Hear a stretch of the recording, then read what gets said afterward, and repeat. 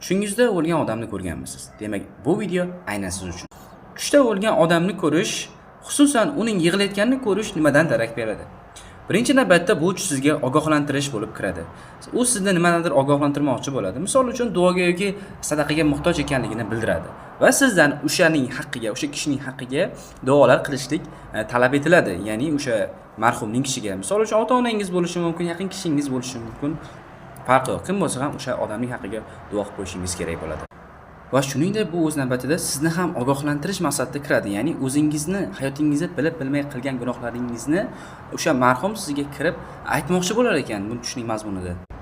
Va uning yana bir talqini bor, ya'ni o'sha marhum kishi hayotlik chog'ida kimdandir qarz olgan va o'sha qarzni to'liq ado eta olmagan, qaytarib bera olmagan. O'sha boisa ham yig'lashi mumkin. Yoki-da hayotida qanday chala qolgan ishlari bor va mana shu ishlarni to'liq amalga oshirishni istayotganligini ham bildirar ekan. Xulosa qilib aytganda o'sha marhum sizdan duo, istig'for, ehson so'rayapti. Uning haqqiga Qur'on xatmlar qiling, duolar qiling. Keyingi tush nima haqida bo'lsin? Izohlarni yozib qoldiring. Albatta kanalga obuna bo'ling va aynan o'sha izoh haqida video tayyorlayman.